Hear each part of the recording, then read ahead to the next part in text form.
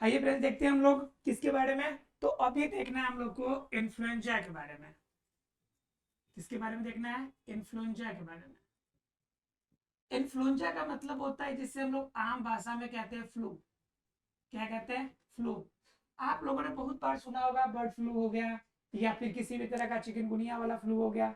तो कहने का मतलब अलग अलग तरह के फ्लू आते हैं, अलग अलग तरह के संक्रमण फैलता है और इन संक्रमण के जो जाल होती है ना, उसी को हम क्या कहते हैं? इन्फ्लुएंजा कहते हैं। सीधे शब्दों में क्या है कि ये प्रॉब्लम वायरल वाली बीमारी है। कैसी प्रॉब्लम है? वायरल।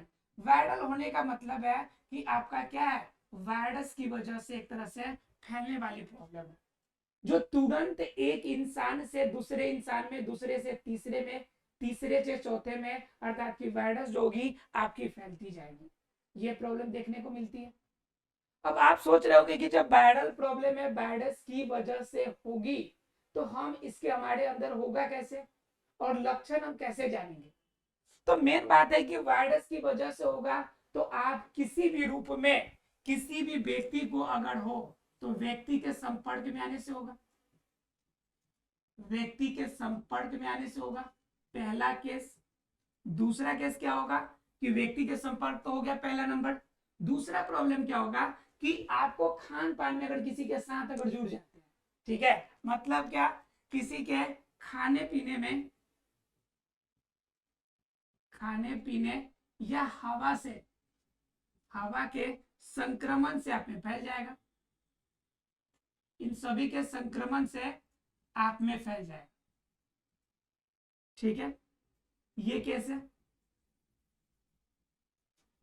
अब बात ये आती है कि यह अगर इन चीजों के संक्रमण से आपके बॉडी के अंदर जा रहा है तो कंफर्म है कि हमें इन सभी चीजों से बचना चाहिए। मान लीजिए किसी को आपका है फीवर, किसी को आपका क्या है? इन्फ्लुएंजा है, फ्लू है, और वो छींकेगा। क्या करेगा? वो छींकेगा। और छींकने के बाद क्या होगा कि छींकने के बाद आपके बॉडी के अंदर आएगा, वो आपके, आप नाक खुला है, आप सांस लीजिएगा, तो सांस के माध्यम से, उस द्रव के माध्यम से आपके क्या होगा? नाक में प्रवेश करेगा और प्रवेश करके आपके बॉडी में चला जाएगा। और बॉडी में चला जाएगा तो प्रॉब्लम शुरू कर देगा ये अपना।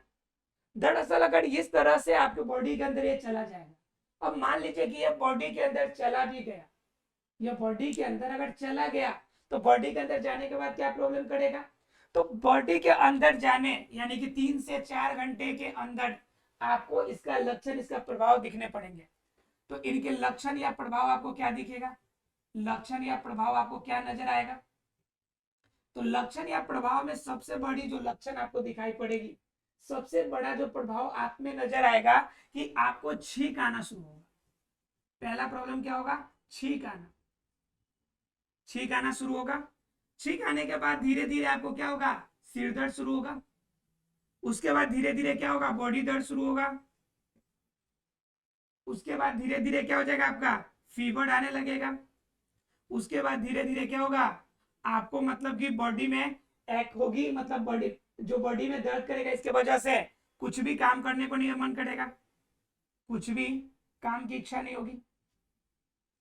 मतलब ये सभी आपका प्रॉब्लम, इसका मतलब क्या कि आपकी बॉडी सुस्त हो जाएगी। बॉडी कैसी हो जाएगी? सुस्त हो जाएगी। तो ये सभी लक्षण आपको दिखने शुरू हो जाएंगे। अब आप सोच रहे होंगे कि ये प्रॉब्लम तो अक्सर आपको हो जाती है, तो बिल्कुल सही सोच रहे हैं आप। आपको नॉर्मली जो हो जाता है वह सामान्य सर्दी जुकाम होता है, लेकिन जब उसी का ब्रॉड लेवल आता है, थोड़ा सा वास्ट लेवल आता है, तो उसको हम लोग कहते हैं फ्लू।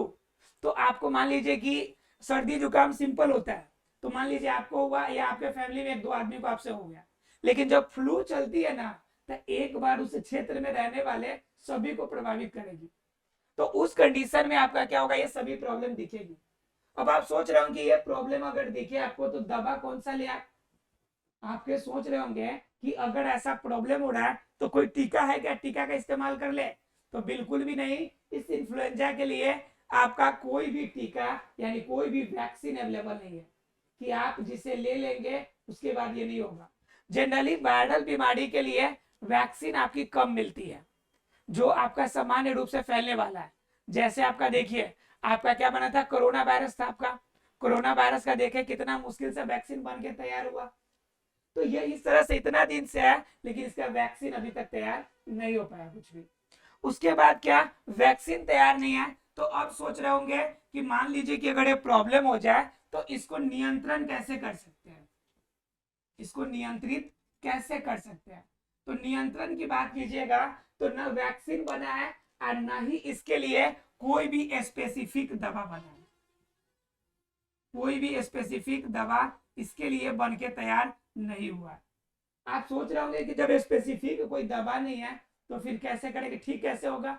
तो इसके ठीक होने की बात है, तो इसके ठीक होने के लिए सबसे बड़ी उपाय है कि आप विश्राम प्रॉपर करें, विश्राम प्रॉपर तरीके से करें, यानी बॉडी को पूरा रेस्ट दीजिए, संक्रमण वाले जगह से बचिए, संक्रमण वाले स्थान से बचे,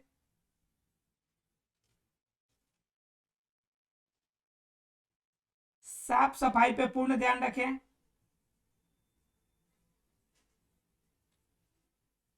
तो इन सभी माध्यम से क्या कर सकते हैं, आप कंट्रोल कर सकते हैं। या फिर आपको जब ज्यादा प्रॉब्लम हो रही है तो मान लीजिए कि सर दर्द के लिए अलग ले लीजिए आप, बॉडी दर्द के लिए अलग, फीवर के लिए अलग, यानी इन सभी के लिए एक दवा। जैसे मान लीजिए कॉम्बीफ्लैम है, जैसे आपका क्या हो गया, कॉम्बीफ्लैम है, तो ये आपका क्या हो गया, कॉमन दवा होती है सर दर्द, बॉडी दर्द। उसके बाद आपका जनरली क्या कहते हैं, थोड़ी सी फीवर हो आपकी, ये सारी प्रॉब्लम जो छींक आ रही हो, ये सभी प्रॉब्लम के लिए आप जनरली क्या ले लेते हैं, कॉम्बीफ्लैम ले लेते हैं। आखिर आप नहीं भी लीजिएगा तो ये सही हो जाएगा अगर प्रॉपर तरीके से विश्राम करते हैं तो जनरली इसके लिए कोई दवा स्पेसिफिक बनी नहीं है, कोई भी स्पेसिफिक दवा अर्थात इन्फ्लुएंजा के लिए, फ्लू के लिए कोई भी खास दवा बनी नहीं है। क्लियर है आप लोग को। तो इस तरह की अगर बात कर लेते हैं कि आपका यह जो आपका इन्फ्लुएंजा है, तो ये फैलने के तरीके हम लोग जान लिए कि ये फैलेगा कैसे, ठीक है। दूसरा नंबर जान लिए कि होने के बाद लक्षण क्या दिखेंगे आपको, छींक आना, सिर दर्द, बॉडी दर्द, फीवर। उसके बाद हमने ये भी जान लिया कि इसको नियंत्रित कैसे कर सकते हैं, ठीक है। अब ये सभी जान लिए हम लोग, तो बात आती है कि अब इसे हम रोक कैसे सकते हैं कि हमें हो ही नहीं। हमने तो आपको बता दिया कि फैलने का कारण तरीका क्या है, लेकिन आप जरा सोचिए कि हम इसे रोकथाम कैसे कर सकते हैं। तो रोकथाम के लिए सबसे बड़ी उपाय अगर करें हम लोग, अगर बात करें इसके रोकथाम के लिए, मतलब ये रोक कैसे सकते हैं, तो रोकथाम के लिए अगर बात करेंगे तो सबसे बड़ी चीज है कि हमें साफ सफाई रखनी पड़ेगी, दोनों, एक व्यक्तिगत सफाई, व्यक्तिगत साफ सफाई,